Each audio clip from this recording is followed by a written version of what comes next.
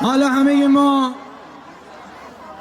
چیزی میان غمی سنگین و خشمی ویرانگره.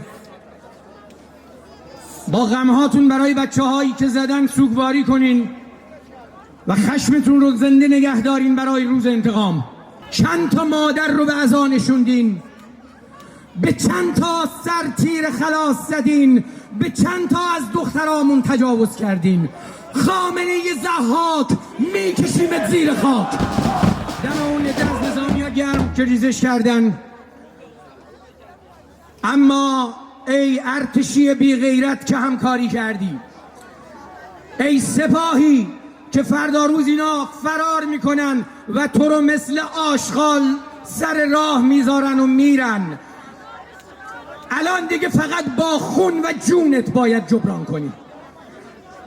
بعد یه مشت خائن نشستن همزبون با این رژیم، جا اینکه اون نظام جنایت رو سر جاش بنشونن و زیر سوال ببرن، دارن یقه آمریکا و اسرائیل رو میگیرن. آقا ما خسته ایم، ما از این بیشعوری و بی سیاستی شما 57 ها خسته ایم.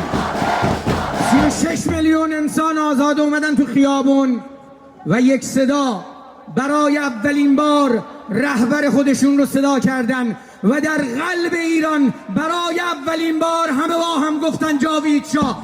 ساکت شید و بشنوید این صدا رو. جاوید جاوید جاوید.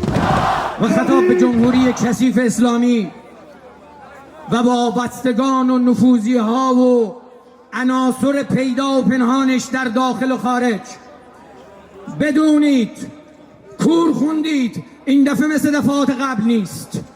این ملت دونه دونه شما رو پیدا میکنه. همون کاری رو که اسرائیلی ها با نازی ها کردند بعد از جنگ جهانی دوم، شما رو از هر جا که باشید پیدا میکنیم و در مقابل قانون باید پاسخگو باشید. پیام شاه ما به همه ما شفاف و روشنه. با اراده و ایمان، همبسته و منظم، مهربان و دوست، آماده باشیم برای ساخت و ساز ایران نوینمون. ایران منتظر ماست عزیزان. به رهبری شاه رضا پهلوی ما برمیگردیم.